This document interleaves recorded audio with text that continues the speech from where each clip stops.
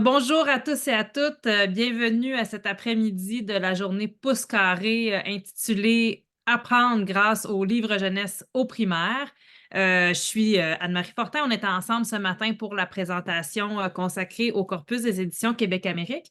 Et cet après-midi, je vous laisse entre les mains de Charlotte Beaussier qui travaille avec Pouce carré depuis le début de la saison, on pourrait dire, donc même depuis cet été. On a commencé à collaborer et Charlotte a commencé à donner des ateliers pour Pouce Carré cet automne. Elle a donné plusieurs ateliers dans différents milieux. Charlotte est spécialisée en médiation culturelle et en art vivant. Et puis, elle travaille en littérature jeunesse aussi, je dirais, auprès de la littérature jeunesse depuis plusieurs années.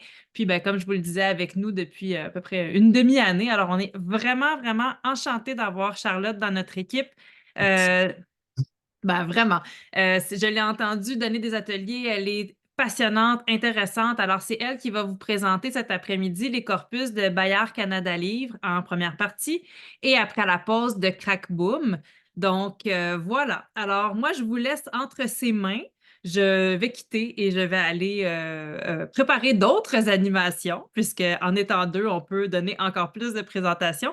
Je vous sais entre de très bonnes mains. J'en profite pour vous dire que les bibliographies sont dans la discussion. Et comme tout à l'heure, s'il vous plaît, si vous êtes en mesure d'allumer vos caméras, je vous prie de le faire. On est vraiment toujours meilleur quand on voit des visages parce que vos réactions faciales sont une riche nourriture pour réussir à vous transmettre adéquatement les livres qu'on veut partager avec vous. Donc, si vous êtes en mesure de le faire, s'il vous plaît, allumez vos caméras. Charlotte, bonne présentation. Merci d'être Merci avec nous cet beaucoup après-midi. pour l'introduction et puis bon après-midi sous la pluie. Oui, merci. Salut Bye Anne-Marie. bye. Bye bye. Bonjour tout le monde, est-ce que tout le monde m'entend bien? Me voit et m'entend bien? Je vous vois pas, vous pouvez interagir avec des pouces ou des petits emojis dans le chat comme quand vous voulez. Euh, Comme l'a dit Anne-Marie, on a glissé tout de suite les bibliographies des deux différents corpus que je vais présenter cet après-midi. Et puis, j'ai aussi glissé les liens du site Bayard Canada. Je vous proposerai qu'on commence par euh, la maison d'édition Bayard. Ah, il y a du monde qui arrive. Bonjour Marie-Denise. À tout moment dans la présentation, n'hésitez pas à me poser des questions, à me dire on voit pas très bien le livre parce que parfois je lis mes notes en même temps que je lis le livre. Donc n'hésitez pas à me couper et à me donner des indications pour que l'animation soit plus agréable pour vous. Donc voilà. Donc, comme je le disais, on va tout de suite commencer par Bayard Canada. Bayard Canada, c'est une institution vraiment de la presse et de la littérature jeunesse. Je pense que vous connaissez probablement tous euh, certains ouvrages de presse spécialisés. Ils ont dans leur catalogue de presse des ouvrages comme Poppy, Astrapi, Curium. Donc, ils ont vraiment une grande connaissance du milieu jeunesse. Et ça fait à peu près 40 ans qu'ils existent. Et donc, ils ont monté vraiment une antenne québécoise. C'est une maison d'édition qui est née en France. Donc, moi, j'ai été vraiment bercée par Bayard Presse quand j'étais petite. Et ça me fait plaisir de représenter cette maison aujourd'hui. Donc, comme je disais dans le chat, je vous ai déjà mis les liens du site. Vous allez voir que j'ai mis aussi les liens des ressources pédagogiques, puisque c'est une maison d'édition qui porte une attention vraiment très particulière à l'accompagnement pédagogique de ces ouvrages. D'ailleurs, Anne-Marie a conçu plusieurs de ces fiches, donc vous pouvez aller les retrouver. Au fur et à mesure de la présentation, je vais vous dire quand un livre a des outils avec. Donc, on va tout de suite commencer par un album jeunesse à partir de 4 ans qui s'appelle T'as peur de quoi et loin. Donc, pour cet ouvrage-là, vous avez des fiches pédagogiques.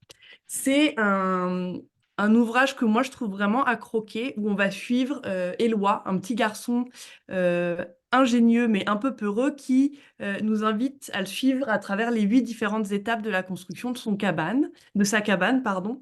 On va vraiment aborder ici la question, la thématique de la peur, des phobies, mais aussi du vivre ensemble, de la tolérance. Donc c'est vraiment un chouette ouvrage à partir de 4 ans, mais qui peut vraiment se traiter avec une classe plus vieille aussi quand on va parler par exemple d'Halloween ou quand on va se moquer de quelqu'un qui a des réactions un petit peu différentes à des choses qui nous semblent anodines.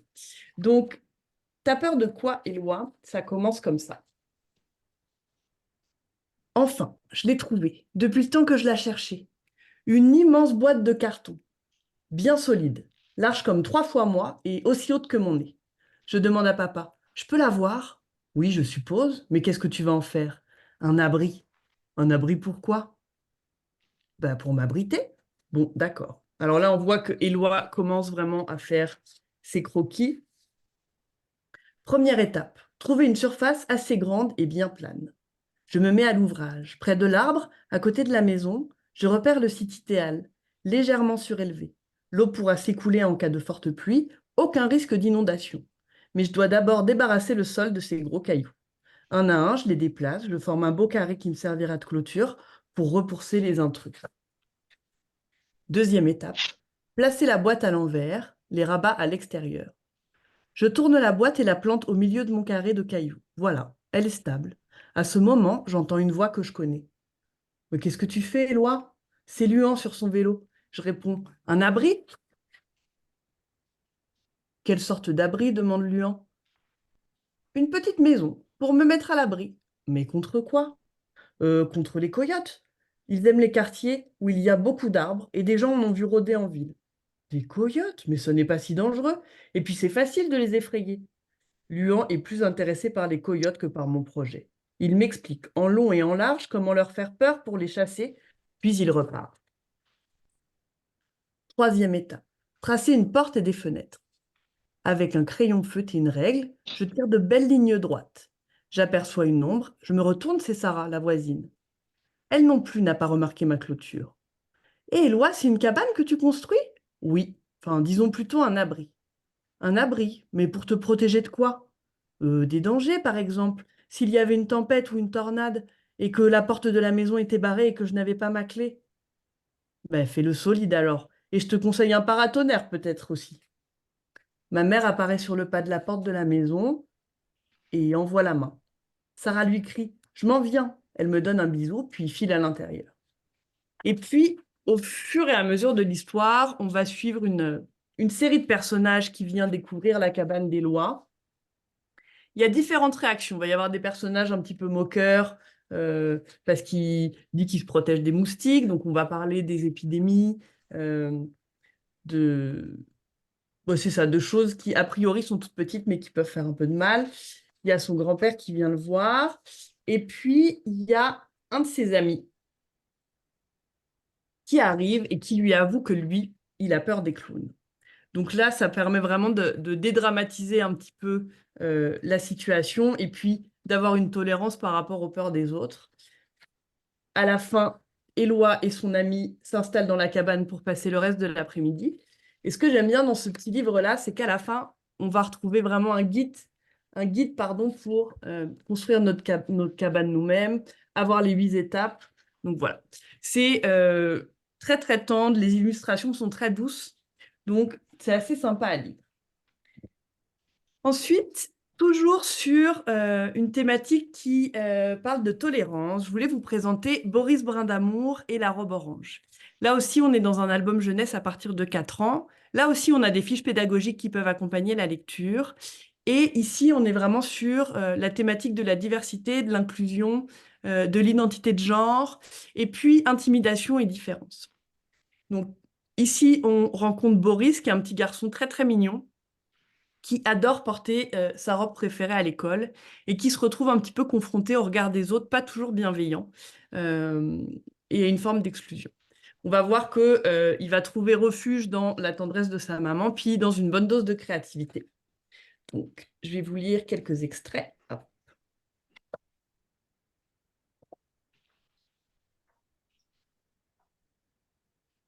Boris Brindamour et la robe orange. La maman de Boris Brindamour s'appelle Barbara et son chat s'appelle Bob. Boris aime bien les dimanches parce que chaque dimanche, sa maman lui prépare des crêpes. Mais ce que Boris préfère, c'est le coin des déguisements et spécialement la robe orange. Boris aime la couleur de cette robe. Elle lui rappelle les tigres, le soleil et les cheveux de sa maman. Il aime le bruit que fait la robe quand il marche et crouch, crouch, crouch quand il s'assoit. Et il essaie différents souliers chaque fois. Mais ses préférés sont ceux qui font tic, tic, tic quand il marche. Lundi, Boris portait la robe orange et Rebecca a essayé de la lui arracher. Tu ne peux pas la porter, tu es un garçon. Mardi, Ellie, Henri et les autres garçons ont dit à Boris qu'ils ne pouvaient pas monter dans leur vaisseau spatial s'ils n'enlevaient pas la robe. Les astronautes ne portent pas de robe. Mercredi, Béa et Léa ont remarqué que la maman de Boris lui avait mis du vernis à ongles. Elles lui ont couru après dans la cour en criant « Joli doigt, joli doigt !» Et jeudi, les garçons n'ont pas voulu s'asseoir avec Boris à la collation. « On ne veut pas que tu nous transformes en fille. » Vendredi, Boris a fait semblant d'avoir mal au ventre. Mais quand il a repensé aux enfants de sa classe et à toutes les méchantes choses qu'ils avaient faites et avaient dites, il s'est mis à avoir vraiment mal au ventre. Sa maman lui a permis de rester au lit et de lire un livre sur les éléphants. Alors Beau s'est installé sur ses genoux. Beau aime les éléphants lui aussi. Samedi, la maman de Boris lui a apporté du jus de pomme. Pendant qu'il buvait, elle lui a caressé les cheveux. Beau ronronnait très fort. Tout d'un coup, Boris s'est senti assez bien pour faire un casse-tête et il s'est mis à fredonner et s'est senti encore mieux. Dimanche, Boris s'est glissé hors du lit. Il avait rêvé d'un merveilleux safari dans l'espace avec Beau. Et dans son rêve, ils avaient rencontré de gros éléphants bleus et des tigres couleur du soleil qui tenaient dans la main de Boris. Les éléphants marchaient dans l'herbe. Et les tigres la mâchaient entre leurs petites dents. Crouch, crouch, crouch. Et dans son vaisseau spatial, Boris appuyait sur des boutons. Tic, tic, tic. Boris avait envie de raconter toutes les merveilleuses choses qu'il avait vues. Alors il sortit ses pinceaux, enfila son tablier et se mit à peindre en utilisant toutes les couleurs qu'il pouvait imaginer. Une fois son dessin terminé, il l'a montré à sa maman. Elle lui a fait remarquer le gros éléphant bleu, le minuscule tigre couleur du soleil, les grandes herbes et les feuilles géantes. Il lui a montré Beau et son casque d'astronaute qui brillait. Et qui est dessiné là lui a demandé sa maman, en montrant du doigt le petit garçon vêtu d'une robe orange, assis sur le gros éléphant bleu. Boris espérait bien qu'elle lui demanderait. C'est moi, a-t-il dit. Lundi, Boris est retourné à l'école avec son dessin roulé dans son sac. En classe, il a enfilé la robe qui lui rappelait les tigres, le soleil et les cheveux de sa maman. Boris a fait et la robe orange a fait crouch, crouch, crouch. Et ses souliers, tic, tic, tic. Boris était très heureux. Ellie et Henri ne voulaient pas de Boris dans leur vaisseau spatial, alors il a construit le sien. Il a affiché son dessin au-dessus de la porte et il est monté à bord. Est-ce qu'il y a vraiment des éléphants dans l'espace a demandé Ellie. Et des tigres a ajouté Henri. Venez avec moi, nous allons vérifier, leur a proposé Boris. Ellie et Henri ont suivi Boris sur une planète qu'ils n'avaient encore jamais visitée. Et pendant qu'il l'explorait, Boris faisait fou, fou. Et sa robe orange faisait crouch, crouch, crouch. Et ses souliers faisaient tic, tic. En retournant sur la Terre, Ellie et Henri ont décidé que cela n'avait pas d'importance qu'un astronaute porte une robe, parce que les meilleurs astronautes étaient ceux qui savaient où aller pour vivre de belles aventures. Boris a souri. Lui, il le savait déjà. Après la collation, Rebecca voulait la robe. Boris lui a dit qu'il la lui donnerait quand il n'aurait plus envie de la porter. Mais les garçons ne portent pas de robe, a rétorqué Rebecca. Boris est reparti en souriant vers son vaisseau. Frou, crouch, tic. Mais moi, je suis un garçon qui en porte. Et voilà. Donc, belle petite leçon de tolérance avec cet album-là. Et puis, moi, je trouve que c'est intéressant aussi en classe, notamment avec les plus vieux, de parler des onomatopées. Donc, d'imaginer des onomatopées qui pourraient aller avec des situations, de parler aussi des dynamiques de classe par rapport à la différence et par rapport au monde imaginaire. Je pense que c'est des bonnes pistes d'exploitation avec cet album-là. On va continuer un petit peu sur un album qui a là encore une thématique liée à l'inclusion, à la différence, avec le gros problème de Noah. Ici, c'est un album, je dirais, à partir de 5 ans, qui va vraiment traiter de la thématique de l'autisme, de la neurodiversité et de l'entraîne. Là aussi, il y a des fiches pédagogiques pour aborder cette thématique-là. Et puis, moi, c'est un livre que j'affectionne particulièrement parce qu'il a été écrit par un enfant de 14 ans. C'est un récit autobiographique. Donc, ça permet vraiment d'avoir une histoire qui se met à hauteur d'enfant pour aborder une problématique de société. Et je trouve ça super intéressant. Ici, on a des illustrations qui sont signées Baptiste Amsalen aussi, qui est un illustrateur québécois que j'aime beaucoup. Fait que c'est un très bel album. Donc, le gros problème de Noah. Noah a un gros, gros problème.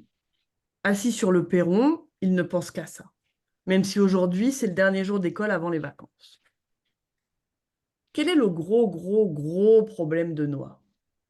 Il veut vraiment jouer avec son frère Gabriel. Mais ce n'est pas facile. La patience de Gabriel est plus grande que celle des autres. Il est gentil et affectueux, mais malgré son grand cœur, Gabriel est souvent seul. Et ça rend Noah triste. C'est parce que Gabriel n'est pas comme les autres. Il aime les trains, mais il déteste les foules. Il adore les voitures, mais les klaxons et les lumières lui font peur. Il se protège souvent en se cachant les oreilles et les yeux. Il se tape la tête, fait des bruits étranges. Il saute partout ou répète des mots encore, encore, encore, encore et encore.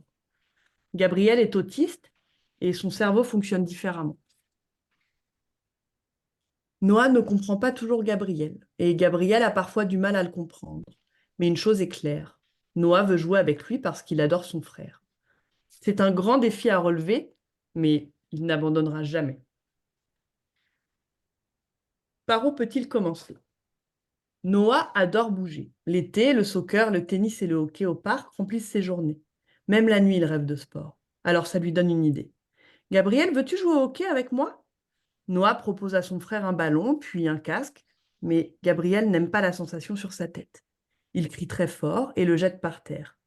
Dès que Noah lance la balle dans le filet, Gabriel l'attrape, court et se met à sauter. On ne peut pas utiliser les mains pour compter des buts. C'est un gros, gros problème. Alors aujourd'hui, le hockey, ça ne fonctionne pas. Le lendemain, Noah pense au casse-tête. C'est son activité préférée quand il n'a pas un ballon ou une raquette dans les mains. Une raquette dans les mains, pardon. Gabriel, veux-tu faire un casse-tête avec moi? Gabriel regarde son frère. Il est impressionné au début, mais quelques secondes plus tard, il défait toutes les pièces, il les lance dans les airs, il y en a partout, et il met aussi des pièces dans sa bouche. On ne peut pas manger de carton. C'est un gros, gros, gros problème. Aujourd'hui, faire un casse-tête, ça ne fonctionne pas. Et puis, au fil de l'histoire, on va suivre donc Gabriel et Noah qui ont vraiment du mal à trouver une activité commune. Mais puisque Noah s'est promis de ne pas abandonner, il réfléchit, il cherche. Oh, voilà! Au lieu de suggérer des activités qu'il aime, lui, il pourrait plutôt penser au goût de Gabriel. Alors Noah se souvient que son frère adore lancer et faire rebondir un ballon, qu'il aime courir et sauter aussi. Noah a une grande, grande idée. Gabriel, veux-tu jouer au basketball avec moi? Gabriel prend le ballon orange et le fait tout de suite tourner sur le bout de ses doigts. Il ne le mange pas comme une pièce de casse-tête, il ne s'enfuit pas comme à la piscine, il court, saute avec le ballon, le lance et rit très fort.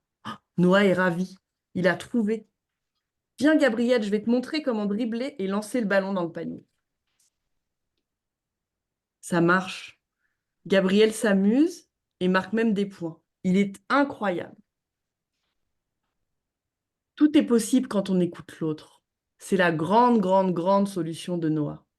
Noah et Gabriel sont heureux et fiers. Ils peuvent maintenant jouer ensemble. Puis voilà, donc on finit l'histoire sur la note autobiographique avec la photo des deux frères. Et puis on a aussi des ressources qui vont accompagner donc les plus grands enfants, les grands frères et les grandes sœurs d'enfants qui sont différents. Moi, je trouve qu'avec ces albums-là, on a des tons très tendres, donc c'est intéressant. Et puis, le niveau de lecture est assez accessible, donc ça permet aussi aux jeunes lecteurs de rentrer vraiment dans l'histoire et de se l'approprier. Alors, ensuite, j'ai sélectionné « Nous sommes les protecteurs de l'eau ». Je ne sais pas s'il y en a parmi vous qui connaissent cet ouvrage-là. Oui, non. Euh, oui, Tricia, est-ce que c'est un album qui marche bien chez vous? Bon, en tout cas, moi, ça a été, à la lecture, j'ai vraiment eu un gros coup de cœur. C'est un album c'est une œuvre d'art, en fait. Quand on l'ouvre, on a vraiment des aquarelles assez incroyables, très, très fines, euh, très, très belles. Il y a vraiment un traitement graphique très intéressant. Et ce qui est intéressant avec cet album-là, c'est qu'on est au croisement entre l'album jeunesse, le documentaire et la poésie, moi, je trouve.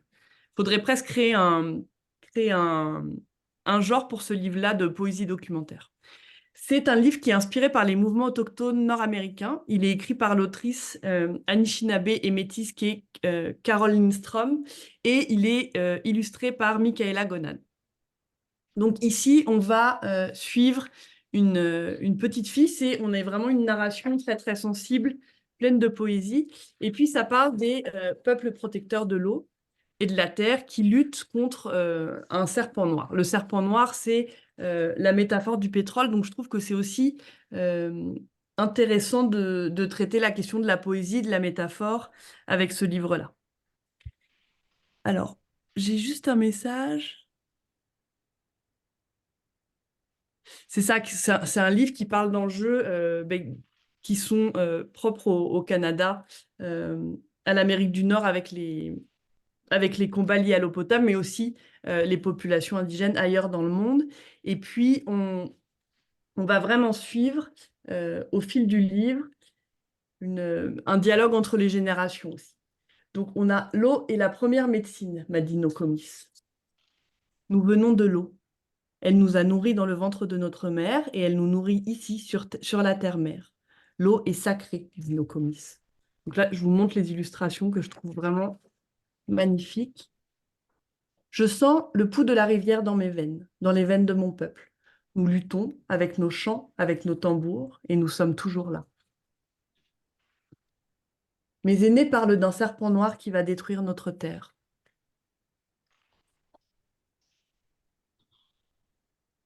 Souiller l'eau, empoisonner les plantes et les animaux, tout détruire sur son passage.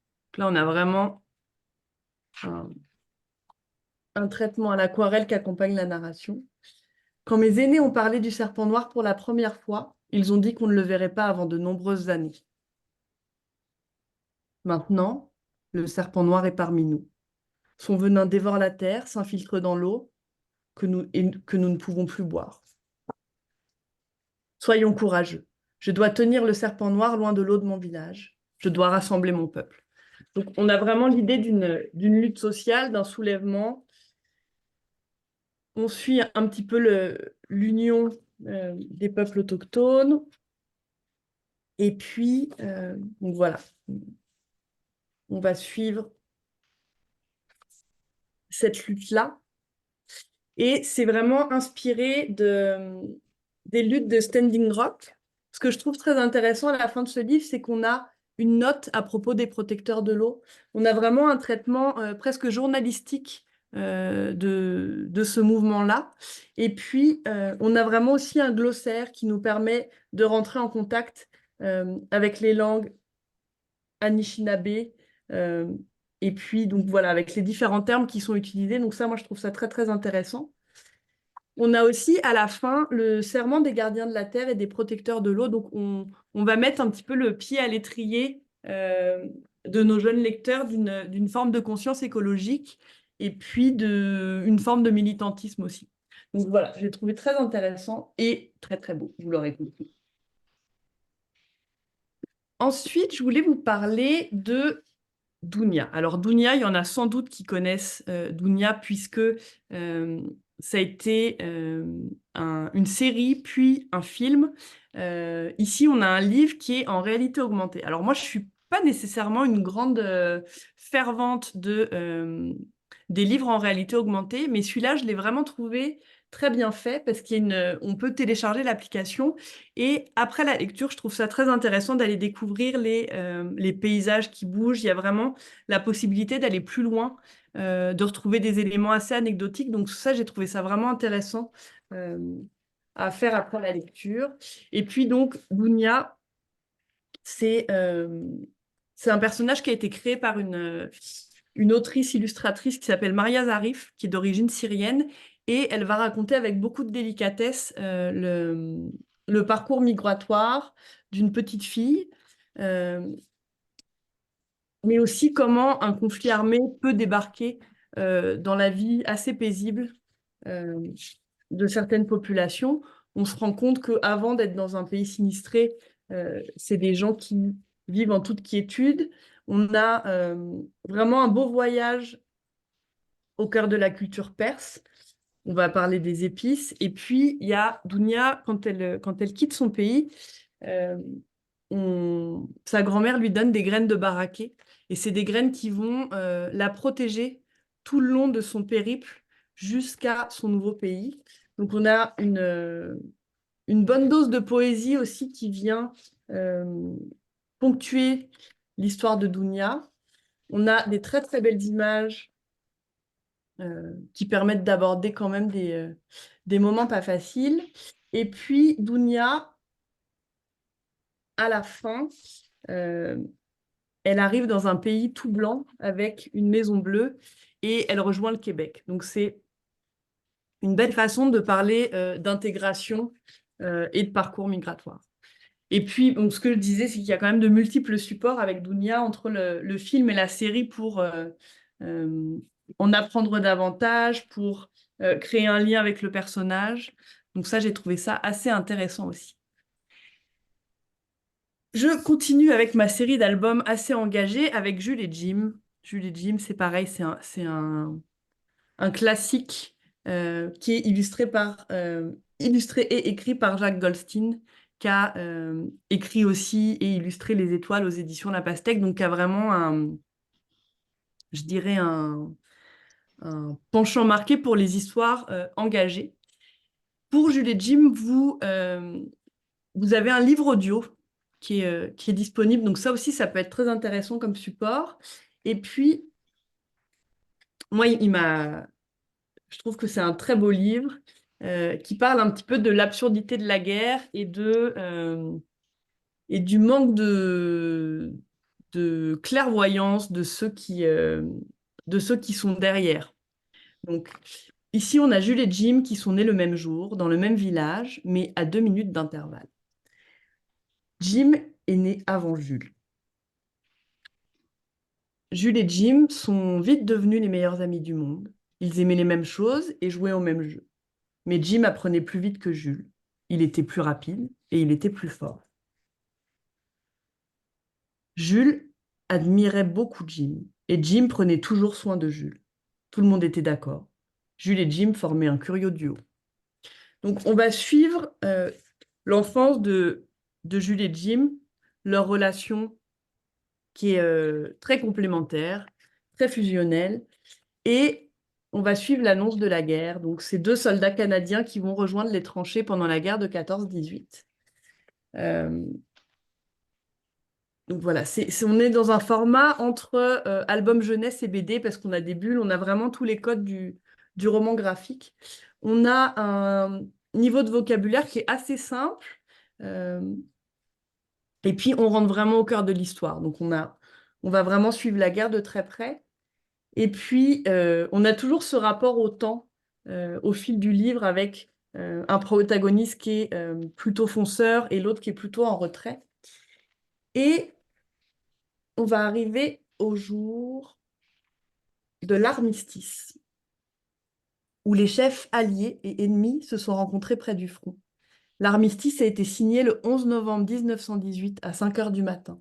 Cependant, les Alliés ont décidé d'attendre jusqu'à 11 heures avant que le cessez-le-feu n'entre en vigueur. Ainsi, les combats ont pris fin le 11 du 11 à 11 heures. Sur le champ de bataille, les soldats ont continué à se battre de 5 heures à 11 heures. Jules et Jim ont reçu l'ordre d'attaquer. Jim était encore une fois le premier à sortir de la tranchée et Jules le suivait. À 10h58, 2 minutes avant l'armistice, Jim a reçu une balle dans la poitrine. Jules a tout tenté pour le sauver, mais son ami est mort dans ses bras. C'est la fin de la guerre et c'était aussi la fin de Jim. Jules est revenu au pays sans son ami. Il a eu beaucoup de difficultés à reprendre une vie normale. Il pensait sans arrêt à Jim. Oh.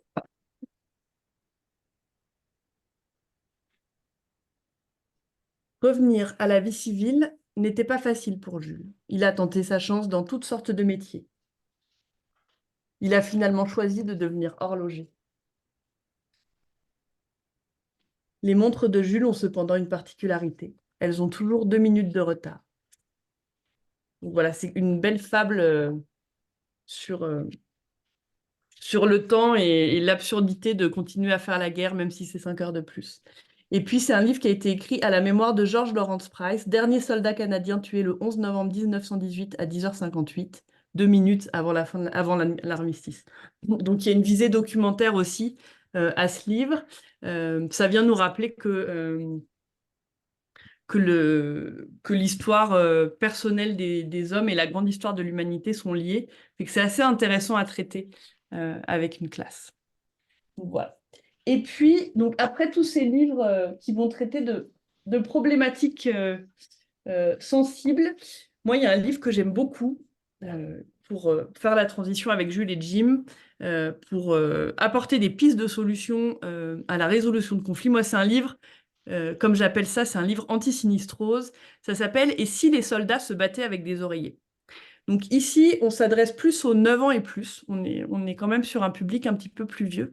Et puis, il y a vraiment une visée philosophique et documentaire à ce livre-là. Il y a des fiches pédagogiques. Et c'est un livre qui va aborder les utopies qui deviennent possibles. Donc ici, on va parler de comment on change le monde, une idée et une action à la fois. On va vraiment avoir des vraies histoires d'imagination et de courage. Et puis, il y a une introduction que j'aime beaucoup qui dit « Nous n'avons pas besoin de magie pour changer le monde. Nous portons en nous tout le pouvoir nécessaire. Nous avons le pouvoir d'imaginer ce qu'il y a de mieux. » C'est J.K. Rowling, c'est une citation de J.K. Rowling. Où ton imagination t'emmène-t-elle? Tu t'imagines peut-être voyager dans le temps, t'envoler dans l'espace ou combattre des super vilains avec ta super force. Et si ton imagination pouvait aussi te permettre de trouver des solutions aux crises du monde réel, comme la guerre, la famine et les violations des droits de la personne? Ça semble impossible? Et si l'impossible était en fait possible? Quand nous nous posons d'importantes et inhabituelles questions, nous pouvons parfois découvrir de nouvelles façons d'améliorer le monde. Notre imagination peut aider à façonner l'avenir en nous mettant au défi de nous représenter le monde tel que nous aimerions qu'il soit. Les histoires suivantes mènent en scène des gens et des organismes qui ont eu une idée de la façon dont ils pourraient faire une différence. Plus important encore, ils ont choisi de passer à l'action. Dans notre imagination, nous pouvons faire n'importe quoi et être n'importe qui. Mais c'est aussi une possibilité dans la réalité. Donc, on va vraiment suivre les idées loufoques de gens qui ont amélioré le quotidien, puis qui ont permis vraiment de changer la donne dans certains conflits. Donc, on va avoir « Et si les soldats se battaient avec des oreillers au lieu de fusils ?» Et si les pilotes de chasse laissaient tomber des semences au lieu des bombes pour régler la famine au lieu de s'entretuer? Et si les champs de bataille étaient des terrains de soccer et les spectateurs des partisans sans parti pris? Et si les Navy Seals tenaient des ballons en équilibre sur leur nez ou jouaient du corps? Pardon. Et si un théâtre de guerre avait des costumes pour des spectacles musicaux? Et puis, des choses vraiment incongrues, comme et si les lance-roquettes lançaient des balles de ping-pong au lieu de missiles balistiques? Donc, je vais vous lire un extrait pour que vous voyez un petit peu comment la portée documentaire du livre est construite. L'esprit sportif d'un joueur de ping-pong chinois a conduit 2 pays rivaux sur la voie de la réconciliation. Voilà la diplomatie du ping-pong.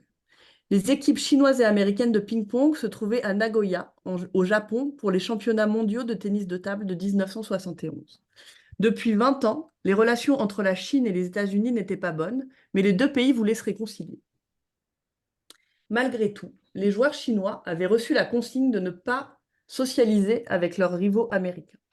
Quand Glenn Cowan est monté à bord de l'autobus de l'équipe chinoise après avoir manqué le sien, il a été accueilli avec surprise dans un silence total.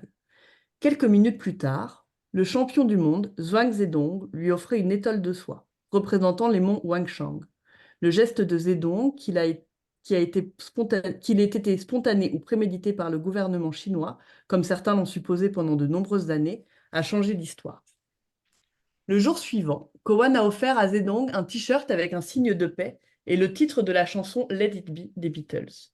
Le dirigeant et président de la Chine, Mao Zedong, qui n'avait aucun lien avec Zhuang, a ensuite invité l'équipe américaine en Chine. Depuis l'arrivée au pouvoir du Parti communiste chinois en 1949, c'était la première invitation officielle faite à des Américains. Pendant 8 jours, ceux-ci ont visité le pays et disputé des matchs amicaux avec leurs homologues chinois. Les relations entre les deux pays se sont améliorées. L'équipe chinoise a visité les États-Unis.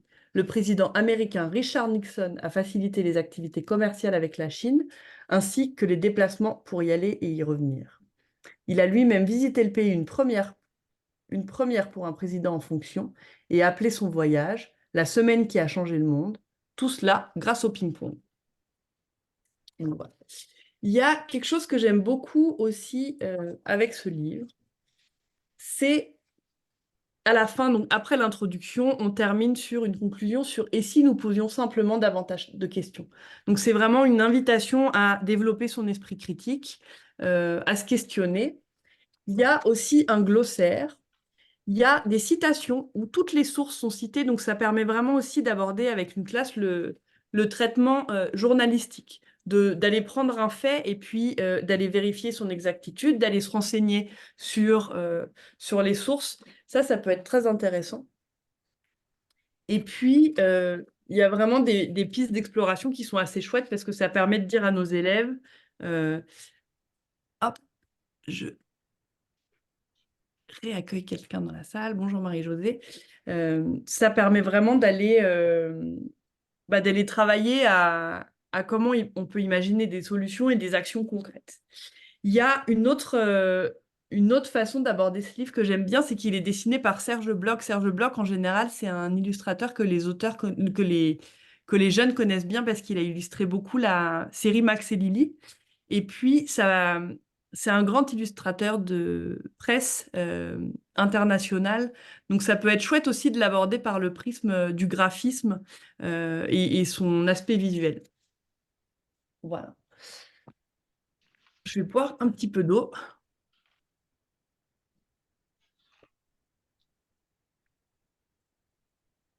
On va continuer après, toujours dans ma lancée des livres anti-sinistrose, comme je dis. N'hésitez pas à m'arrêter hein, si vous avez des questions sur un ouvrage. Alors, ici donc, des nouvelles du futur, qui est dans la collection Les Débrouillards. Vous avez aussi des fiches pédagogiques, et puis on va être sur un lectorat plutôt à partir de 10 ans ici. Donc, avec des nouvelles du futur, on va vraiment plonger dans des utopies technologiques sociale et environnementale. On va apprendre plein de choses sur comment la technologie peut améliorer le monde. Donc ça commence comme ça. À nous le futur. Les avenirs qu'on rencontre dans les livres sont rarement réjouissants.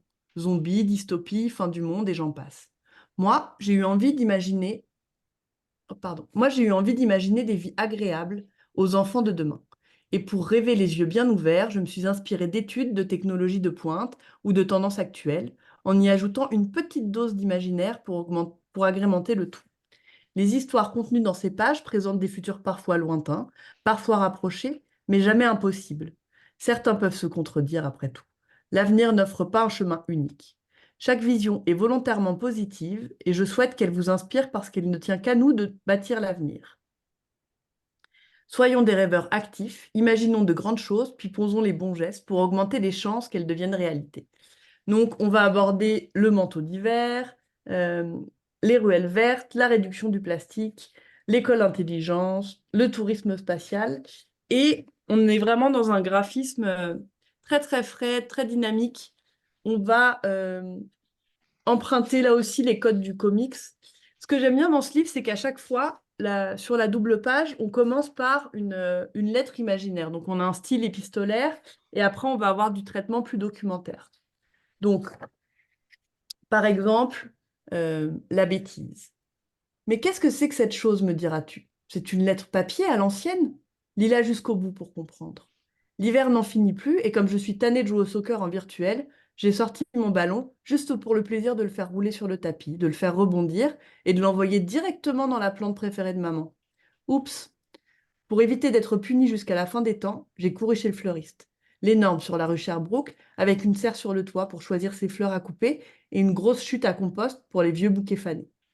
J'ai hésité longtemps entre la fougère filtreuse d'air, la violette qui brille dans le noir, parfait comme veilleuse, disait l'étiquette, ou la langue de belle-mère qui change de couleur selon la température. Puis j'ai trouvé un ficus, augmenté de nanorobots qui envoie un message sur l'interface de son propriétaire lorsqu'il manque d'eau. Vendu. Finalement, j'ai eu droit à un câlin pour la nouvelle plante et à une interdiction d'interface d'une semaine pour avoir joué au ballon dans la maison, ce qui explique ma lettre papier. Mais j'ai échangé ta plante pour une meilleure, ai-je dit pour me défendre. C'est toi que je vais échanger pour une meilleure fille, m'a répondu ma mère, sur un ton moqueur. C'est officiel, avec elle, je ne gagne jamais. Donc on a une petite situation imaginaire, puis ensuite, on va en apprendre plus sur les super plantes. Les OGM, organismes génétiquement modifiés, sont des plantes ou des animaux dont l'ADN a été modifié en laboratoire. Ainsi, certaines plantes transformées résistent mieux à la sécheresse ou aux insectes ravageurs. D'autres pourrissent moins vite ou contiennent plus de nutriments. Des scientifiques ont également conçu des plantes qui capturent mieux le gaz carbonique, le principal responsable des changements climatiques. D'autres plantes, OGM, filtrent certains polluants comme le chloroforme et le benzène. Des gens s'inquiètent de ces OGM, notamment en ce qui concerne l'alimentation humaine et la propagation du pollen de ces plantes modifiées. Plantes techno. Des nanorobots augmentent les capacités des plantes. Par exemple, des ingénieurs américains ont développé des épinards techno. Quand leurs racines détectent certains composants chimiques dans le sol, elles déclenchent l'envoi d'un courriel pour en avertir les humains. Donc on a tout de suite un pied dans le futur et sur c'est ça, les diverses utilisations du progrès. Donc ça aussi, c'est un livre très sympa pour forcer l'imagination et les initiatives positives. On termine par Tu aimes rêver d'un futur optimiste. Donc, on a vraiment des pistes de réflexion avec des exercices pratiques comme imaginer une journée ordinaire d'un enfant de 10 ans, dans 10 ans, dans 20 ans, dans 30 ans. Donc, ça aussi, c'est assez chouette à faire avec une classe, en plus des fiches pédagogiques. Et puis, à la fin, là encore, on a toutes les sources d'inspiration avec tous les liens qui permettent d'aller se renseigner sur les initiatives, ce que je trouve vraiment pas mal pour poursuivre la lecture. Voilà. Alors, on va continuer hop, avec une bande dessinée qui a été créée avec une spécialiste de la philosophie expliquée chez les jeunes, qui a créé un organisme qui s'appelle Brilla. Et donc, Brilla et Bayard Jeunesse ont conçu 2 tomes d'une BD qui s'appelle Les oiseaux philo. Donc ça, c'est très, très sympa pour aborder les grands questionnements éthiques et philosophiques. Je dirais qu'on peut commencer à partir vraiment de 4-5 ans, cette BD. Je trouve ça intéressant de la mettre aussi dans les mains des plus jeunes. On va avoir un niveau de lecture adapté, puis on va suivre 4 personnages qui sont complètement loufoques, Amy, Titi, Ted et Blaise, qui forment une joyeuse bande. Et puis, on va vraiment avoir... Donc là, on a la présentation des personnages à chaque tome. On va avoir des petites références pour les grands qui sont sympas, comme on va tout de suite penser à Blaise Pascal avec Blaise, Bergson, Philo. Et puis, on va nous parler du respect. Donc, à chaque fois, on a une double page avec un comique de situation, une BD qui va nous dépeindre donc une situation. Et ensuite, on va creuser une réflexion avec des grands questionnements, comme par exemple, faut-il respecter nos besoins avant ceux des autres? Par exemple, qui a vidé la boîte de céréales? Il faut bien respecter sa faim. Doit-on... Oh, j'ai un reflet sur mon livre. Doit-on respecter quelqu'un qui ne nous respecte pas? Est-il nécessaire de toujours respecter les règles? Doit-on respecter ce qui n'est pas vivant? Donc, on va vraiment avoir la possibilité de pousser la thématique, notamment du respect, plus loin. On va avoir quelque chose, par exemple, sur le vol, Hop. Peut-il y avoir de bonnes raisons de voler? Est-ce moins grave de voler une petite chose? Échanger sans demander la permission, est-ce un vol? Est-il possible de voler une idée? Donc, moi, ce que j'aime bien avec ces questionnements-là euh, mais qui sont très importants, mais qui prennent un point de départ anecdotique, c'est qu'on peut, par exemple, aller ponctuer une semaine de classe avec un petit rendez-vous philo, et puis on peut faire des retours sur les questions d'une semaine à l'autre. Euh, il y a 2 tomes en plus, donc ça permet vraiment de suivre les raisonnements tout au long de l'année. Voilà. Ensuite, je voulais vous présenter un documentaire qui s'appelle Le Monde selon, qui rejoint un petit peu les questionnements d'inclusion, diversité culturelle et d'ouverture aux autres dont on a discuté tout à l'heure. C'est c'est un livre qui est aussi inspiré d'une web-série qu'on peut retrouver sur Télé-Québec. Donc, c'est aussi intéressant d'avoir plusieurs supports pédagogiques avec ce livre-là. Donc, avec Le Monde selon, on va vraiment dresser des portraits documentaires avec des photos. Le livre commence sur le portrait du photographe, donc on rentre vraiment chez lui, dans son intimité. On a ce qu'il aime faire, ses instruments de musique, ses outils de travail. On a vraiment un espèce d'instantané de ses passions. Et puis, à chaque fois, on a un petit texte. Donc là, lui, il va nous expliquer qu'il fait le portrait de tous les enfants qu'on va découvrir dans ce livre, car c'est ça son métier. Rencontrer des personnes et les prendre en photo. C'est plutôt cool, non? Comme tout le monde est différent, on ne s'ennuie jamais et on apprend toujours de nouvelles choses. Par exemple, ce qu'est un cas carquois. Tu le sauras aussi bientôt. Donc, à travers ce livre, on va à la rencontre de 12 enfants qui vivent au Québec, qui ne sont pas tous nés là. Certains qui sont issus de parents immigrés, pardon. Certains certains qui sont nés ailleurs et qui ont voyagé. Et puis, à chaque fois, donc, on va vraiment retrouver les mêmes éléments, ma passion, mes rêves, mes jeux. On va aborder la culture culinaire, on va aborder comment se construit un petit peu un individu. Donc, ça permet aussi en classe, après, de proposer de faire l'exercice avec ses propres élèves. On va vraiment avoir du monde de partout au Québec, du monde de Montréal, du monde de l'Abitibi. Euh, voilà, là par exemple, ici, on a Maude qui, qui, pardon, qui part en vacances à Chibougamau en Estrie. On parle de ses collections. On a vraiment une porte ouverte sur l'intimité des jeunes et je trouve ça assez sympa en tout cas, d'étudier comment on développe ses goûts aussi euh, et puis comment on est au rapport de différentes cultures. Donc voilà, ça c'est pour le monde selon moi. Vous voyez un petit peu comment les pages sont construites à chaque fois.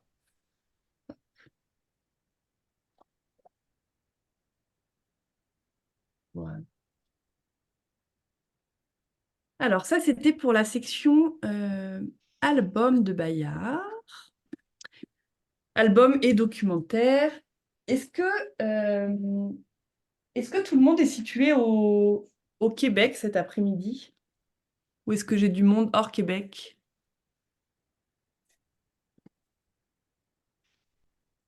Ontario pour Tricia. Ok. Alors, j'avais sélectionné des, des documentaires, euh, en fait, une série de documentaires qui s'appelle Petit docu à emporter, qui est beaucoup basée sur la faune et la flore du Québec. Donc, je vais passer assez rapidement dessus.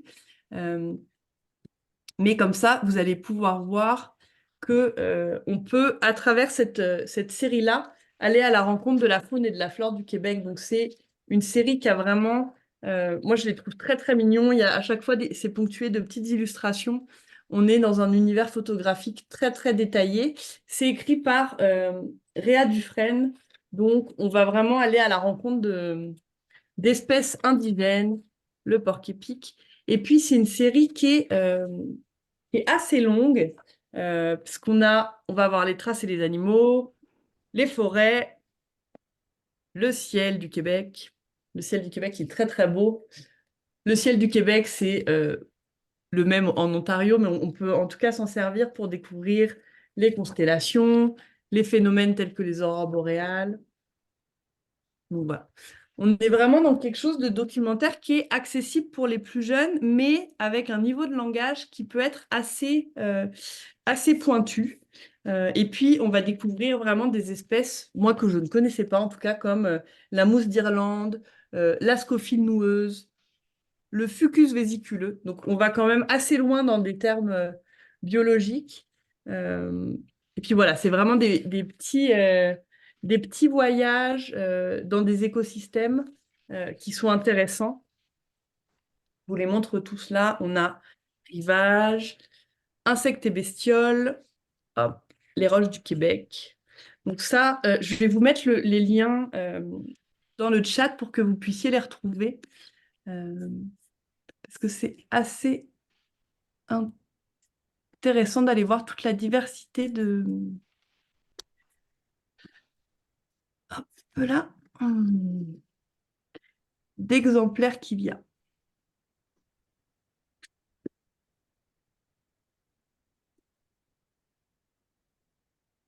Ce sera pas long. Et voilà pour le lien des documentaires. Hop. Ensuite, il y a un autre documentaire que je voulais vous proposer aujourd'hui qui est Ville, curiosité souterraine et trésors cachés. Donc ça, on est vraiment sur un sujet très très pointu. Là, on va aller dans les souterrains des villes. Moi, c'est un ouvrage imprimé que j'aime beaucoup parce qu'on a vraiment une exploration des constructions. Donc ici, on a le RES de Montréal. On a vraiment un découpement graphique très sympa aussi. On va avoir le Cooper Pedy. Hop. Le réseau métropolitain de New York. Hop. La cité-État de Singapour aussi. Et puis, à la fin du livre, ce que j'aime bien, c'est qu'on a vraiment un, un traitement des souterrains. Moi, ici, on a par exemple les catacombes de Paris qu'on va découvrir. On va nous apprendre, par exemple, qu'il y a du tourisme souterrain. Et puis, à la fin du livre, hop, on va vraiment avoir une approche sur les projets, comme par exemple le projet Iceworm, c'est des tunnels sous la neige en raison de la construction. Donc, on va nous apprendre que c'est une structure qui se trouve sous la glace du Groenland euh, et qui a été conçue vraiment pour se protéger des attaques nucléaires. On va avoir le tunnel sous la Manche, donc vraiment les gros projets souterrains. Donc le tunnel sous-marin entre deux pays. La raison de la construction, c'est le transport. Savais-tu qu'on peut aller de la France au Royaume-Uni en passant par la mer? Et pas besoin de sous-marin.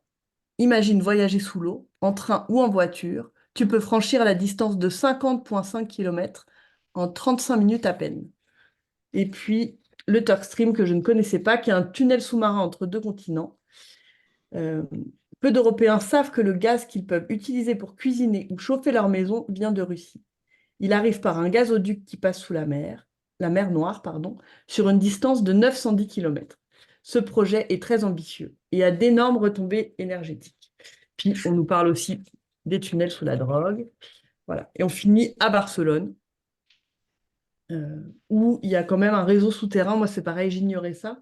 Donc c'est un sujet assez pointu, mais ça peut être rigolo à explorer quand on parle d'architecture ou quand on parle aussi de solutions technologiques, euh, d'urbanisme, tout ça. Voilà.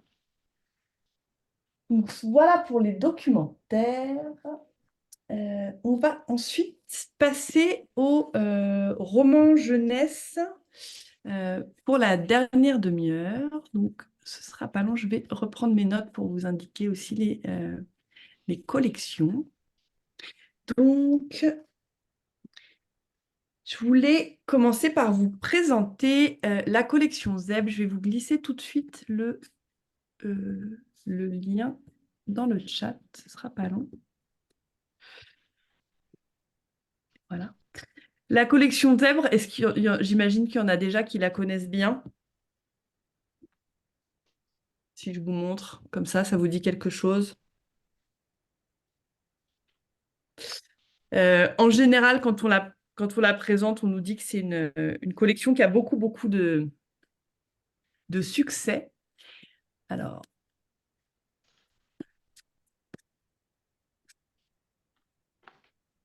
dans la collection ZEP, ce qu'on remarque, donc moi je voulais commencer par vous présenter la série des prisonniers, parce que je vous ai préparé un petit extrait de l'auteur de Prisonniers.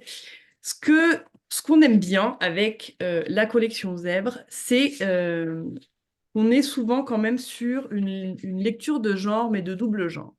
Donc, on va avoir par exemple un style humoristique avec de l'épouvante, de la science-fiction avec un roman d'amour. Enfin, on est vraiment sur des genres hybrides. On est sur des romans qui font 150 pages maximum. Et puis ici, on va s'adresser aux 9 ans et plus, je dirais. On a des mises en page très très dynamiques, donc qui vont permettre de ne pas être trop récalcitrant pour les jeunes lecteurs. C'est une collection qui a été lancée en 2011 et maintenant qui compte plus d'une trentaine de romans courts. Donc il y a une grande grande variété de styles, une grande variété d'auteurs. Et puis les histoires sont assez prenantes, ce qui fait que la collection Zèbre a vraiment conquis un public assez large. Donc comme je le disais, on emprunte des codes à la BD, ça va permettre des respirations dans la lecture. C'est super actuel. Et puis, dans certains livres, on va retrouver, par exemple, des, des encarts, des jeux, des petites énigmes. Euh, donc, ça va vraiment permettre aussi d'aller valider la compréhension du texte avec les jeunes. On a des thématiques qui sont très, très ancrées en général dans la réalité des jeunes. On va avoir des choses qui ont un lien avec l'apparence, les fausses nouvelles, les dynamiques de groupe aussi. On va retrouver, par exemple, on a l'intimidation avec la face cachée du clown, la cybercriminalité chez Hacker Boy et Opération Fantôme, le géocaching avec les mystères des jumelles Barnes ou les relations familiales dans la plus grosse poutine du monde. Donc on va vraiment aller explorer, comme je disais, une grande variété de sujets pour que un maximum de jeunes lecteurs s'y retrouvent. Moi, je voulais vous parler aujourd'hui de la série des prisonniers parce que je trouve que c'est une série intéressante à cause de sa saisonnalité. Donc là, on est proche de Noël. Il y en a un à Noël qui est prisonnier du centre d'achat. On a prisonnier du gym pour Halloween, prisonnier de la cabane à sucre pour le temps des sucres et prisonnier de l'école qui peut venir marquer la rentrée. Il y a des fiches pédagogiques qui existent pour ces livres-là. Et puis, je voulais vous présenter un extrait vidéo de Mathieu Fortin qui parle de sa façon d'écrire. Donc, je trouvais ça assez intéressant que vous ayez une petite immersion dans son univers. C'est une captation qui a été réalisée lors d'une autre animation avec Anne-Marie. Donc, je vais partager mon écran. Ce sera pas long. J'installe tout ça. Hop.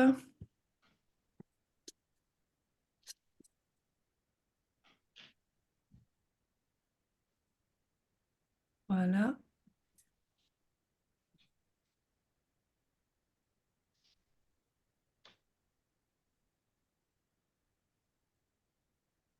Je vais partager mon écran.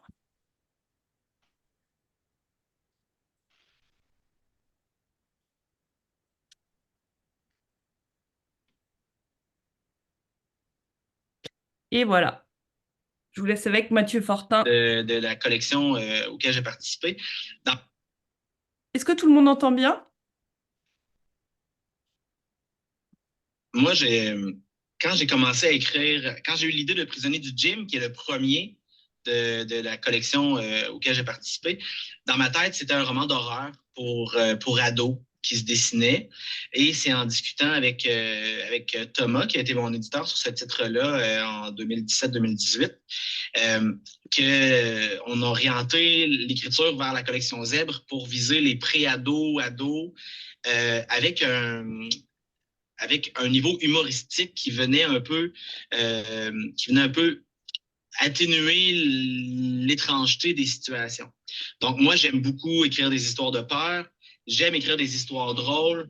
Et là, je trouvais ça intéressant de mixer un peu les deux, donc d'aller travailler avec l'histoire étrange et l'humour pour désamorcer les situations qui peuvent être stressantes pour les plus petits et qui amènent un niveau de lecture différent pour les plus grands. C'était un peu ça mon idée de tout ça là-dedans. Donc, c'est ça. La série au complet met toujours la même famille en vedette avec un garçon qui s'appelle Elliot, qui est un garçon qui est très intello, qui est très réflexif, donc une approche analytique des situations. Et nous sommes dans sa tête.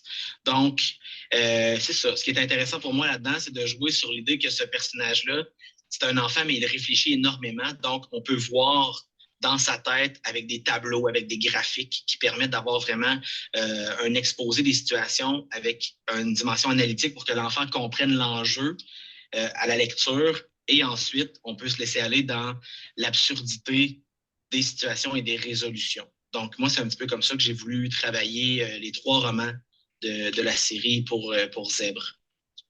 Puis, on constate il y a un lien, en fait, qui est fait, ou une forme qui est en allusion avec le jeu d'évasion. Donc, dans les ouvrages, il y a des situations qui se passent en lien avec des fêtes. Donc, il y a Prisonnier du gym qui est en lien avec l'Halloween. On a Prisonnier du centre d'achat en lien avec le temps des fêtes, puis Prisonnier de la cabane à sucre en lien avec le temps des sucres.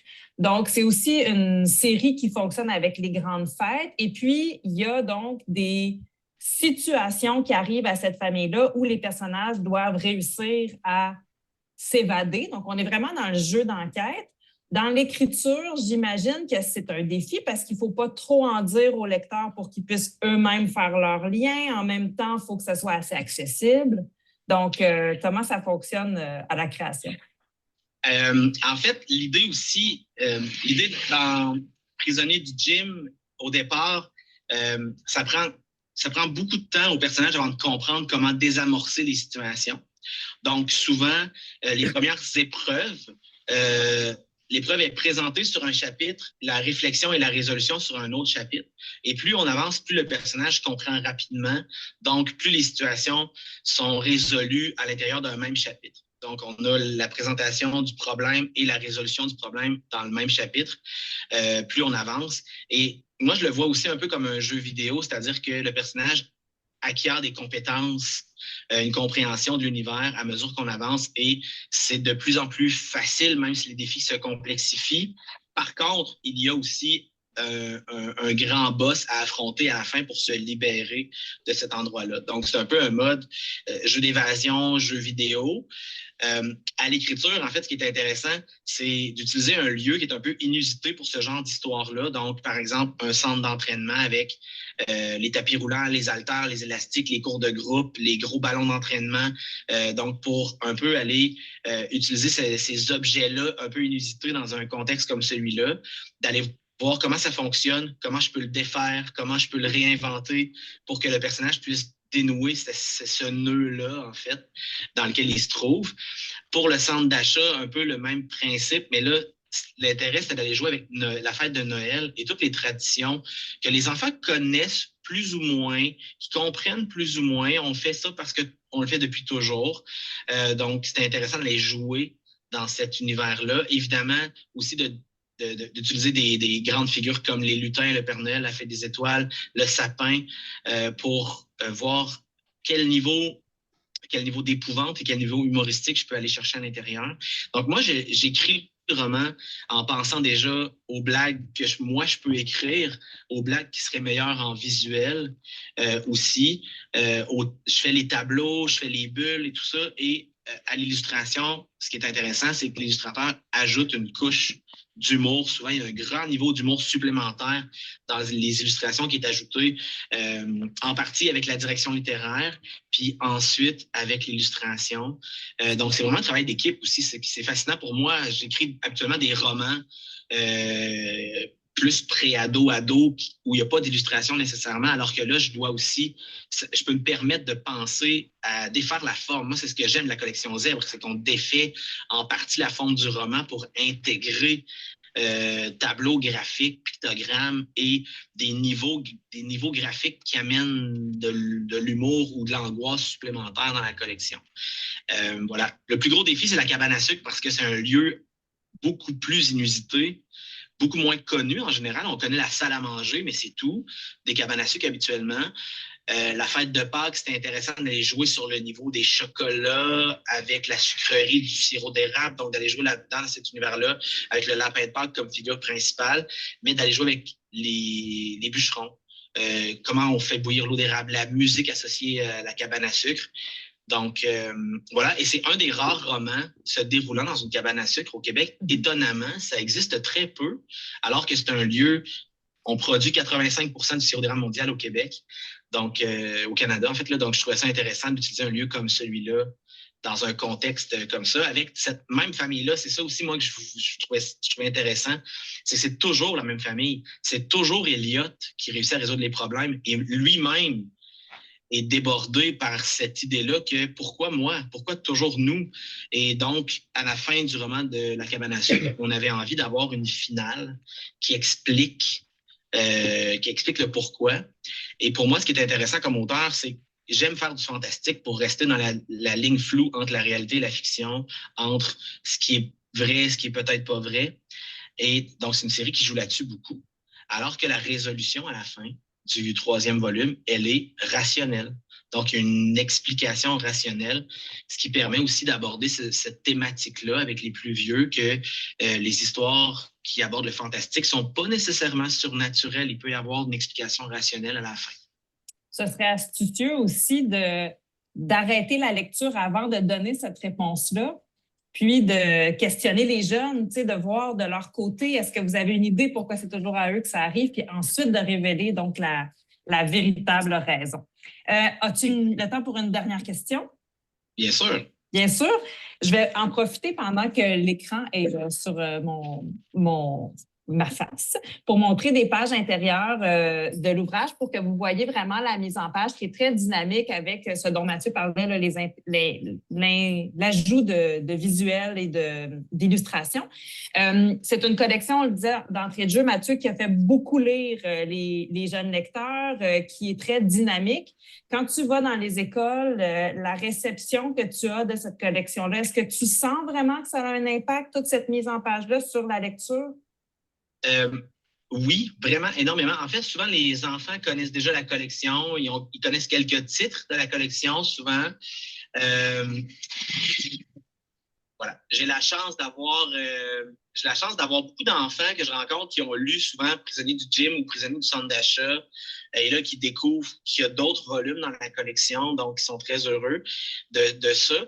Moi, je trouve que l'impact, c'est surtout au niveau du montage graphique, dynamique, où il y a vraiment quelque chose qui se produit dans les yeux des enfants quand ils voient les tableaux, quand ils voient les graphiques, quand ils comprennent aussi que le personnage se sent un peu à part de cette famille, mais c'est cette unicité-là qui le rend apte à leur être utile dans cette situation-là. Puis les personnages eux-mêmes dans les romans le mentionnent éventuellement que merci Elliot d'être comme ça, même si c'est pas toujours quelque chose qu'on apprécie. Maintenant, on voit que, donc, avec les enfants, je travaille là-dessus beaucoup quand j'interviens sur tu as le droit d'être différent aussi. C'est un thème qui est caché dans le roman, mais qui est quand même présent dans la série. Mais je vois beaucoup que c'est ça. Ils sont interpellés par la personnalité du personnage et par le montage qui est aéré, mais qui est quand même rempli d'informations. Je trouve que c'est ça, le niveau visuel amène vraiment un plus à l'histoire, en fait. C'est pas là simplement pour illustrer, c'est là pour amener un niveau supplémentaire. Donc, je pense qu'il y a un impact très positif pour les enfants qui lisent la collection Zèbre Et je me fais souvent demander lesquels sont mes préférés, parce que moi, je les ai lus aussi. Et Quelle est ta évidemment, réponse? il y a des incontournables comme La plus grosse poutine du monde, évidemment, là, mais Hacker Boy, excellent trailer technologique. J'ai vraiment beaucoup aimé aussi les romans d'Émilie Rivard qui sont très drôles. Donc, ce qui est intéressant de la collection Zèbre, c'est que il y a souvent un double genre, donc épouvante et humour, thriller et angoisse, par exemple. T'sais, on ne reste pas nécessairement dans purement un genre, on explore un peu autour. Il y a souvent de l'ajout. J'aime beaucoup L'après-monde de Camille Bouchard parce qu'il y a aussi une espèce de dossier journalistique à travers de comment ça s'est passé la fin du monde. Donc, il y a un deuxième niveau là-dedans qui est vraiment intéressant. Des fois, ça va dans la critique sociale, mais bien faite pour que les enfants, ça passe bien. Tu sais, moi, je critique légèrement l'obsession de l'entraînement physique, l'obsession du magasinage, l'obsession du sucre à tout prix. Tu sais. Donc, c'est léger, mais c'est là. Tu sais, fait qu'il y a souvent plusieurs niveaux de lecture là-dedans. Moi, c'est ce qui me fait, comme adulte, apprécier. Puis j'ai l'impression que les enfants s'en rendent peut-être pas compte, mais ça les touche quand même. Bien, Mathieu, je te remercie chaleureusement d'avoir pris ce temps en 2 animations pour reprendre ton souffle en nous parlant. Alors, je vais arrêter le partage. Hop, voilà. Tout le monde a bien entendu. Je me demandais si avec le partage de son de mon ordinateur, ça marchait bien. Oui, bon, super. Est-ce que parce que j'imagine que vous êtes tous plus ou moins connaisseurs de cette série, est-ce que vous remarquez qu'il y a des ouvrages qui sortent plus? Est-ce que vous avez des préférés dans la collection Zèbre? Non. Bon. Je voulais juste vous mentionner, j'ai fait une erreur avec les prisonniers de l'école. Ça se passe pas à la rentrée, ça se passe juste avant les vacances. C'est la nouveauté, donc je suis pas encore passée à travers, mais c'était ça. Je voulais juste rectifier cette information-là. Et puis, donc, dans la collection Zèbre, hop, alors, je reprends mon bon onglet. Je voulais vous parler d'un parfum de fausse nouvelle parce que lui, pardon, ça a été un roman finaliste au prix des libraires jeunesse. Et puis, dans nos animations, c'est vraiment, ça fait partie des thématiques qui soulèvent beaucoup d'intérêt.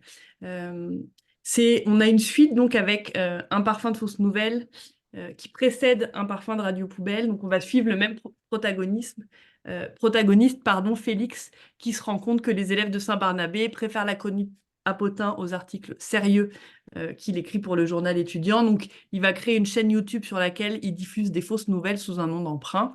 Le résultat ne se fait pas attendre, le nombre d'abonnés explose.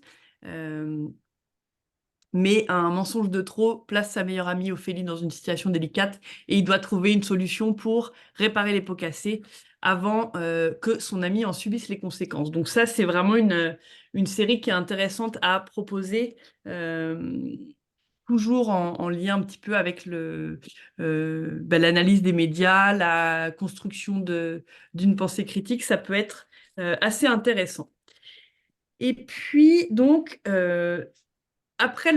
suite au succès un petit peu de la collection Zèbre, nos amis de Bayard Jeunesse, de Bayard Canada, ont décidé de décliner cette collection avec la collection Zèbre à roulettes. Donc, Zèbre à roulettes, c'est une collection qui est vraiment plutôt pensée pour les 7 à 10 ans. Donc, qui va peut-être mieux correspondre aux primaires, même si ça, pour les bons lecteurs, ça rentre dans le cadre. C'est donc la petite sœur, comme je disais. Et puis, on va avoir vraiment des thématiques très variées. On va avoir du suspense, on va avoir de l'aventure. On va toujours avoir beaucoup d'humour. Et puis, on reprend un petit peu l'idée d'avoir une mise en page très, très adaptée pour les jeunes lecteurs. On a donc quelque chose de très drôle qui va emprunter les codes du comics. Ici, avec Je ne m'appelle pas Coco, on va suivre l'histoire d'un perroquet sans nom qui est très très têtu, qui a été enlevé par des braconniers, et puis on va suivre ses péripéties avec les différents humains qu'il rencontre, Lui, ce qu'il veut, c'est avoir le record du monde de revendre sur un site bien connu qui s'appelle Kirlouis. Donc, sa vie va être ponctuée par ces différentes reventes et ces différents achats. Et puis, il y a une petite fable sur le bien-être animal avec plusieurs niveaux de lecture. Moi, ce que j'aime bien, c'est qu'on va vraiment avoir des jeux au fil de la narration, donc des jeux avec des chiffres, avec des formes. On va avoir des énigmes, des devinettes. On va avoir des QCM. J'essaie de retrouver tout ça aussi. Puis on va aussi avoir des informations un petit peu documentaires, par exemple sur le gris du Gabon, parce que Coco est un gris du Gabon. Donc ici, on va apprendre que le gris du Gabon, c'est un perroquet jacot ou Psittacus erytacus, qui est une espèce d'oiseau de la famille des Psittacidae. Les Psittacidae, on va beaucoup en parler aussi pendant le livre. On va découvrir que c'est une espèce de perroquet. Et c'est le meilleur parleur parmi les perroquets les plus vendus. Il mesure environ 36 cm de long. Il pèse 450 à 600 grammes. Son plumage est gris cendré, sa queue rouge vif et il vient d'Afrique équatoriale. Donc, à travers quand même une histoire complètement loufoque, ça va nous permettre d'apprendre des choses et puis toujours d'aller valider les acquis et les connaissances. Ce que j'aime bien aussi dans la collection Zèbre à roulettes, c'est qu'à chaque fin de chapitre, on a un résumé du chapitre. Donc si on a un lecteur qui est un petit peu en difficulté, on va vraiment aller apporter des informations synthétiques, on va remettre des clés de compréhension dans le récit. Donc ça, c'est vraiment assez sympa. Et puis, à la fin, on a une petite question ouverte qui permet de se remettre en perspective. Si tu pouvais te transformer en oiseau, lequel tu voudrais être? On a vraiment de quoi explorer ces courts romans avec les classes.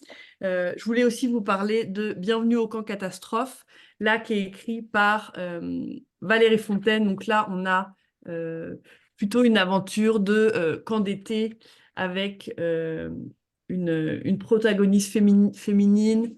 Ici, on va avoir des labyrinthes. Donc on a vraiment... c'est une collection qui est assez vaste.